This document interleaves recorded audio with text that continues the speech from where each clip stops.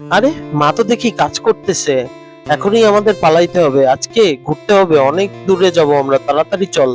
আরে কি হলো তোর? আরে বলিস না, আমার তো জুতা খুলে গেছে। আরে তুই টেনশন নিস না, তোর স্যান্ডেলটা এখনই আমি ঠিক করে দিচ্ছি। দেখ আমার প্যান্টের ফিতা দিয়ে কিভাবে নিনজা টেকনিক দেখাই তোকে।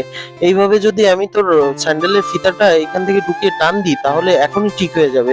কি, কেমন লাগলো আমার নিনজা টেকনিক? আসলে রাজু তুই তো অনেক স্মার্ট। আরে এগুলো কোনো বিষয় না আমার দ্বারা, এগুলো তো সহজ সিম্পল বিষয়। চল চল তাড়াতাড়ি ঘুরতে যেতে হবে, এগুলো নিয়ে এত কথা বলার কি আছে? যা যা আন্টিকে বলে আই আমার বিষয়টা। আরে আন্টি জানো, রাজু তো একটা নিনজা টেকনিক দিয়ে আমার স্যান্ডেল ঠিক করে দিয়েছে। আরে আন্টি এগুলো কোনো বিষয় না, আমি তো এসব করতেই পারি।